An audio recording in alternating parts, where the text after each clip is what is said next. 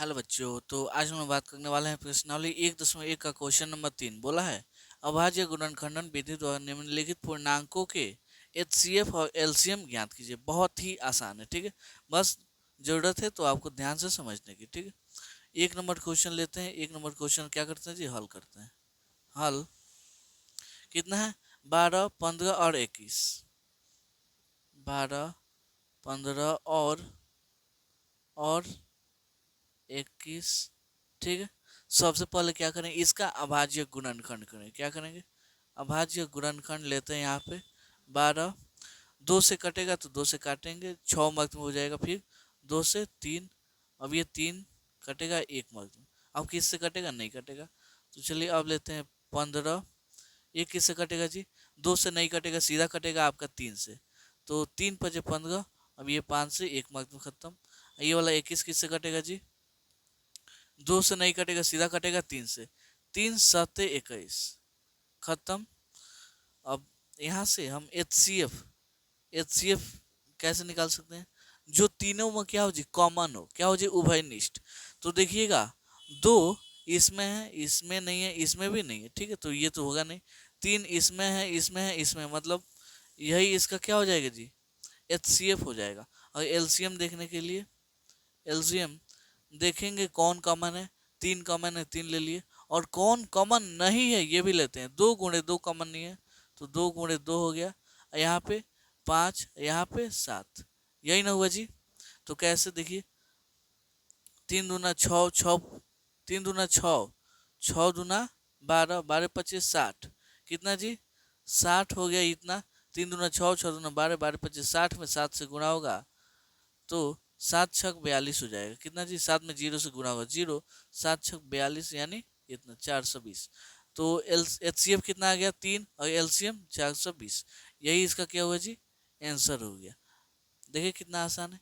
बस अब आते हैं इसका 2 नंबर। 2 नंबर कितना बोला है जी, 17, 23 और 29। 2 नंबर का हम हल करते हैं। हल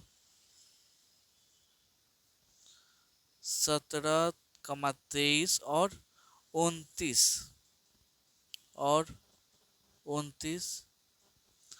तो ये देखिएगा, तो 17 का अभाज्य गुणनखंड सीधा 17 ही होगा, 1 मार्क्स में खत्म। ये 23 का भी देखिएगा तो क्या होगा जी, 23 से खाली कटेगा 1 मार्क्स में। ये 29 पे क्या होगा जी, 29 से सीधा कटेगा 1 मार्क्स में, ठीक है। तो एच सी एफ देखिएगा, तो तीनों में कौन संख्या कॉमन नहीं मिल गया है, तो हम कितना ले लेंगे, 1, क्योंकि 1 तो सम में होता है। 1 हो गया। और एलसीएम कितना हो जाएगा जी, एलसीएम 17, 23 और 29। 17 गुणे 23 गुणे 29। अब इसको गुणा कीजिएगा तो आपका कितना आएगा, आपका आ जाएगा 11,339। कितना आएगा जी, 11,339। इसको आप कैलकुलेटर की सहायता से गुणा करके आसानी से आप इसे देख सकते हैं, ठीक है। तो अब आते हैं इसमें का 3 नंबर।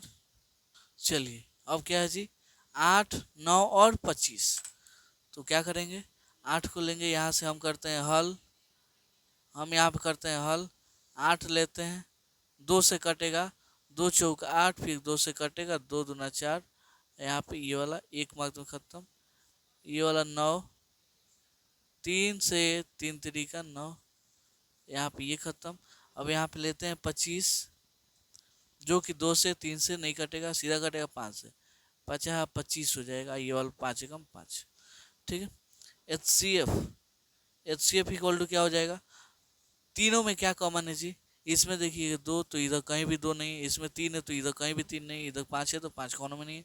तो 1 ले लेंगे। क्या लेंगे जी, 1। यहाँ पे एलसीएम कितना हो जाएगा जी, एलसीएम यहाँ पे 2, 2, 2, यानी 2 दूना 4, 4 दूना 8 हो जाएगा।